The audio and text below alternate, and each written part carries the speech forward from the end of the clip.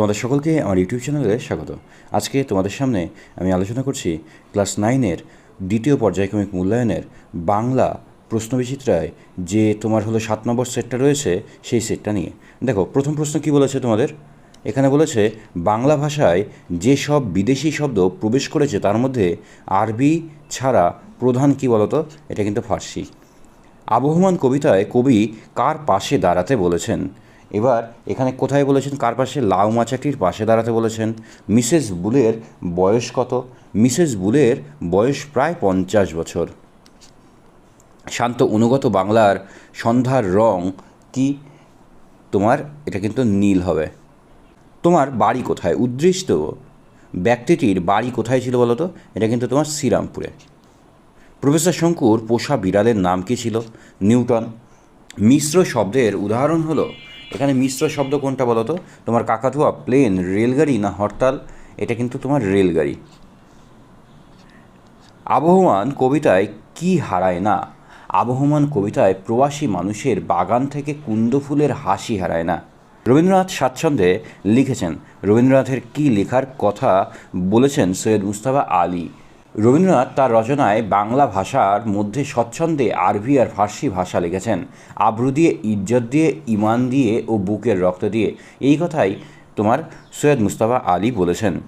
কেশবতী কন্যার চুলের চুমা কোথায় ঝরে? হিজল, কাঁঠাল, জাম ইত্যাদি গাছের ওপর ঝরে পড়ে। আচ্ছা, স্বামী বিবেকানন্দ স্টাডির চিঠি থেকে কি জানতে পারেন? জানতে পারেন যে মিস নোবেল পরাধীন ভারতে এসে সব কিছু চাক্ষুষ দেখতে চান। রাধারানী কখন উচ্চস্বরে কাঁদতে শুরু করেছিল? অন্ধকার রাতে বৃষ্টির কারণে কাদামাখা পথে হঠাৎ কেউ রাধারানীর ঘাড়ের ওপর পড়লে রাধারানী উচ্চস্বরে কাঁদতে শুরু করেছিল। প্রফেসর শঙ্কুর যন্ত্রটির নাম কী ছিল? এই যে যন্ত্রের সাহায্যে কিন্তু তোমার হলো করভাসকে শিক্ষাদান করেছিল, এটা কিন্তু তোমার অর্নিথন যন্ত্র। ক্রিয়া বিশেষণ কাকে বলে? যে বিশেষণ পদ ক্রিয়ার প্রকৃতিকে বিশেষিত করে তাকে ক্রিয়া বিশেষণ বলে। যেমন জোরে পড়ো, তারপরে ধীরে বলো, এদিকে এসো ইত্যাদি। তারপরে আগন্তুক বা কৃত ঋণ শব্দ কাকে বলে?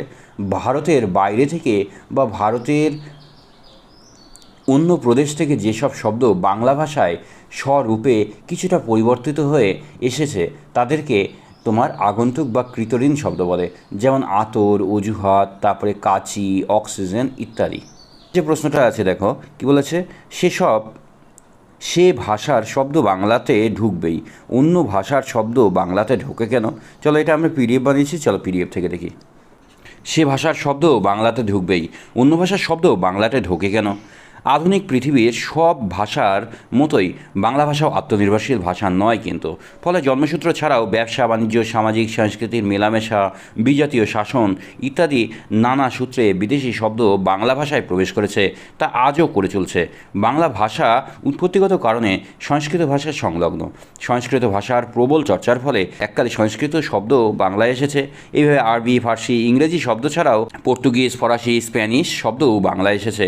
বাংলা ভাষার নানা ভাষার শব্দ প্রবিষ্ট হওয়ার ফলে আরও একটি নৃতাত্ত্বিকভাবে বাঙালি মিশ্র জাতি হয়ে ওঠা। এত ভালো, এত স্নেহময়ী তিনি, কার সম্পর্কে এরূপ উক্তি? লেখকের কি মানসিকতার পরিচয় পাওয়া যায়? স্বামী বিবেকানন্দ তার লেখা পত্রে আলোচ্য উক্তিটি ক্যাপ্টেন সেভিয়ারের তোমার শ্রী মিসেস সেভিয়ার সম্পর্কে এই কথা বলেছেন।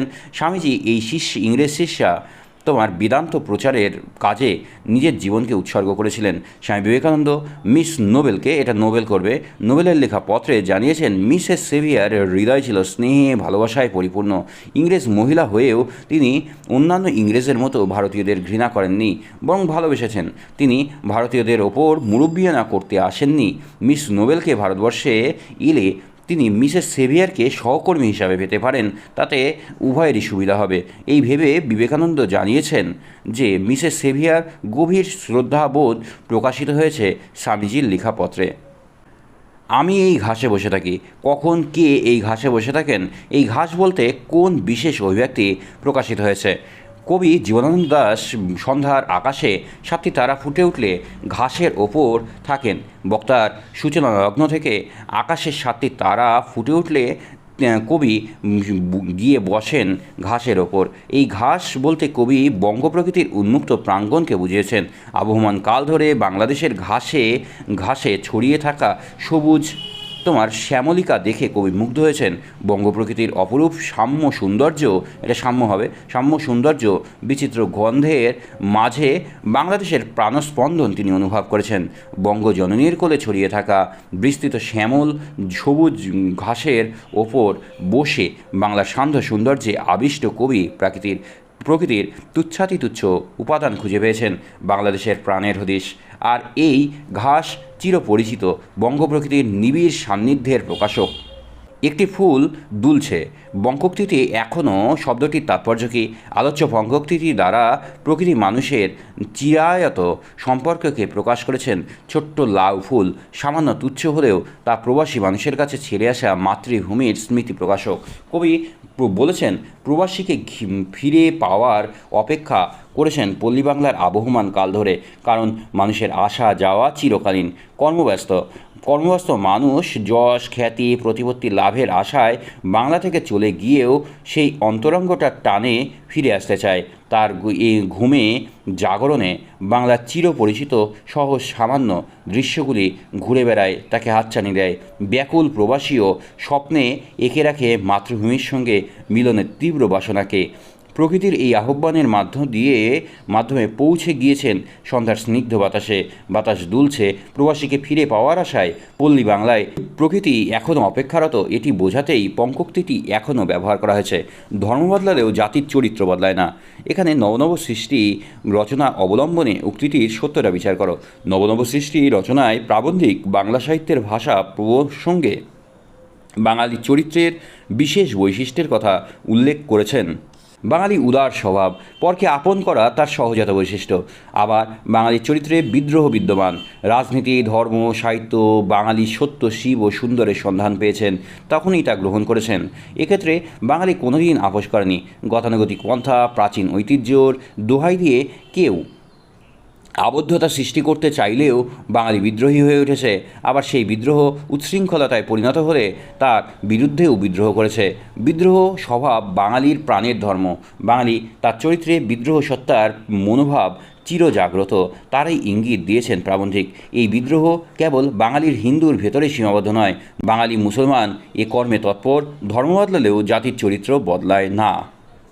তোমাকে একটু সাবধান করা দরকার। কাকে কেন সাবধান করার দরকার এবং কী বিষয়ে সাবধান করা দরকার?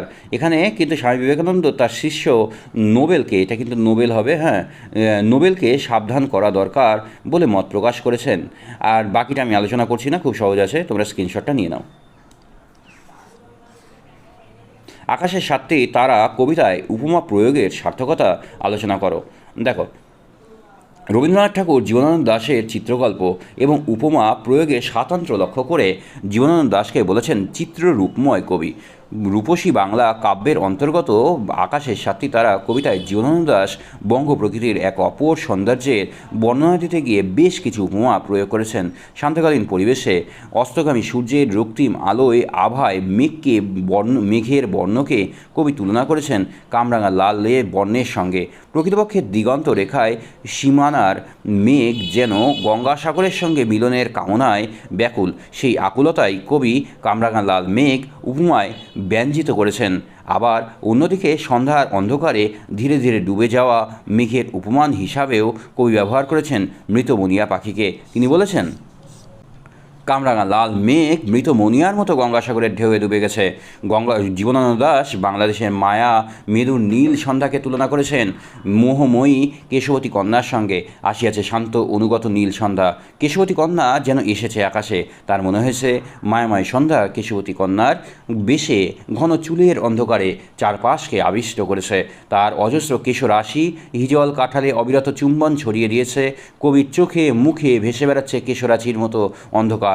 তার স্নিগ্ধ গন্ধে ভরে উঠেছে বাংলার পথ, যা কবির মতে পৃথিবীর কোথাও দেখা যায় না। আলোচ্য কবিতায় আঙ্গিক সচেতন জীবনানন্দ দাশের প্রতি কবির উপমা প্রয়োগের দক্ষতা অনন্য হয়ে উঠেছে। আবহমান কবিতার মূল ভাবনাটি নিচের ভাষায় লেখো। এটা কিন্তু আমি আলোচনা করছি না, তোমরা এটা স্ক্রিনশট নিয়ে নাও। আমার সে ধারণা পাল্টে গেল। কোন ধারণার কথা বলা হয়েছে, তা কীভাবে পাল্টে গিয়েছিল? এটা কিন্তু তোমার হলো করভাস থেকে নেওয়া হয়েছে। তোমার এটাও তুমি স্ক্রিনশট নিয়ে নেবে, খুব সাধারণ আছে। বেশ, বুঝতে পারছি। অবাক ও হতভম্ব, সে কি? কোন ঘটনাকে অবাক ও হতভম্ব বলা হয়েছে? আচ্ছা দেখো, সত্যজিৎ রায়ের প্রফেসর শঙ্কু চরিত্রের অন্যতম কাহিনী করভাস থেকে কিন্তু আলোচ্য উক্তিটি নেওয়া হয়েছে।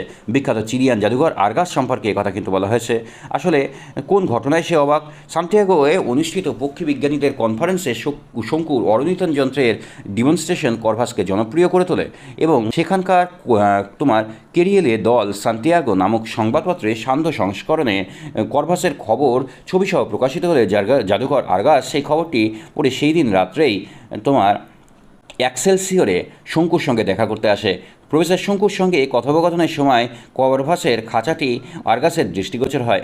আর্গাসের অট্টহাসির শব্দে করভাস জেগে ওঠে এবং আর্গাস তোমার বিস্মিত দৃষ্টিতে করভাসকে দেখতে দেখতে শঙ্কুকে অনুরোধ জানায় যে তার একবার করভাসের বুদ্ধির নমুনা দেখতে চায়। প্রফেসর জানান করভাস এখন খুব ক্লান্ত, তাই ওকে জোর করে কিছু করানো সম্ভব নয়। এরপর শঙ্কু খাঁচার দরজা খুলে করভাসের খাঁচা থেকে বের হয়ে জানার 3 ঝাপটায় শঙ্কুর খাটের পাশে টেবিলে ঠোঁটের অব্যর্থ ঠোকরে টেবিলের ল্যাম্পটা নিভিয়ে দেয়। তারপর বিন্দুমাত্র সময় নষ্ট না করে পুনরায় ডানা ঝটফটিয়ে খাঁচায় ঢুকে ঠোঁট দিয়ে ঠেলে দরজা বন্ধ করে দেয়। করভাস এভাবেই বুঝিয়ে দেয় যে সে বিশ্রাম নিতে চাইছে।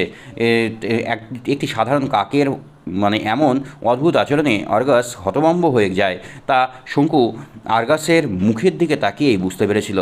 তারপরে দেখো এসে যে তোমার সারাংশটা রয়েছে, সেই সারাংশটা আমি এখানে আলোচনা করছি না, তোমরা স্ক্রিনশট নিয়ে নাও। তোমাদের যদি ভিডিওটা ভালো লাগে তাহলে অবশ্যই লাইক, শেয়ার এবং সাবস্ক্রাইব করো, বন্ধুদের মধ্যে বেশি থেকে বেশি পরিমাণে শেয়ার করো। ধন্যবাদ সকলকে।